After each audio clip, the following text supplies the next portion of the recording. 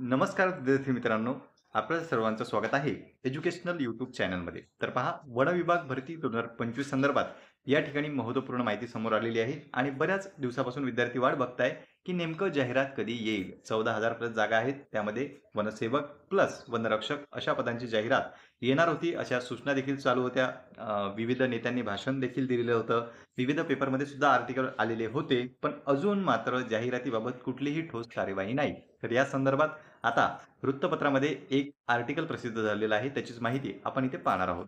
या ठिकाणी पहा, तुम्ही पाहू शकता की वनमंत्र्यांच्या आश्वासनाला वनवास. 2 महिन्यानंतरही राज्यात नोकर भरतीचा पत्ता नाही, विद्यार्थ्यांमध्ये संभ्रम. आता कसं आहे की चर्चा तर सुरू होती की 12,000 प्लस वनसेवकाच्या जागा आहेत, त्यासोबतच 1,000 प्लस वनरक्षकाच्या जागा आहेत. मग आता इतक्या जागा असल्यानंतरही भरती का होत नाही? तर याची घोषणा अगोदर मंत्र्यांनी केली होती की लवकरच आम्ही ही भरती करू, पण भरतीबाबत कुठलीही अजून कार्यवाही होताना आपल्याला दिसत नाही किंवा ठोस पावले जी आहेत ते उचललेली दिसत नाही. तर याचा पाठपुरावा आपल्यालाच करावा लागेल, कारण की कोणाचं याच्याकडे जास्त लक्ष नाही. त्यामुळे लक्ष वेधणे गरजेचे आहे. जेव्हा आपण याचा पाठपुरावा सतत करू, त्यावेळेस याकडे लक्ष दिल्या जाईल. इथे पहा, तुम्ही पाहू शकता की राज्यातील वन विभागात रिक्त असलेल्या सुमारे 14,000 पदांसाठी नोकर भरती 2 महिन्याच्या आत करण्यात येईल, असे आश्वासन वनमंत्री गणेश नाईक यांनी दिले होते.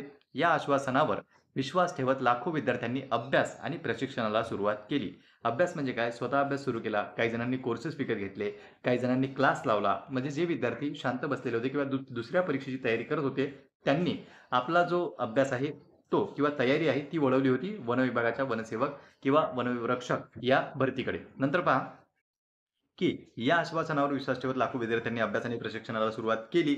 मात्र 2 महिन्यांचा कालावधी उलटून गेला तरी अद्याप कोणतीही ठोस कार्यवाही झालेली नाही. त्यामुळे वन विभागाची नोकर भरती प्रत्यक्षात होणार की नाही याबाबत विद्यार्थ्यांमध्ये प्रचंड संभ्रम निर्माण झाला आहे. कारण की ठोस पावले उचलल्याच जात नाही. म्हणजे काही अपडेट याच्याबाबत आली नाही. त्यामुळेच आता प्रश्न असा पडलाय की नेमकी भरती होणार की नाही. आपण जर कोर्स घेतलाय, काही जणांनी तयारी सुरू केली आणि विशेष म्हणजे काही जणांनी फिजिकल सुद्धा सुरू केलेलं आहे. कारण की हे जे वन विभागाचं पद आहे, यासाठी आपल्याला माहितीच आहे की फिजिकल लागणार आहे. म्हणून काही जणांनी अभ्यास सुरू केला प्लस फिजिकल सुरू केलं.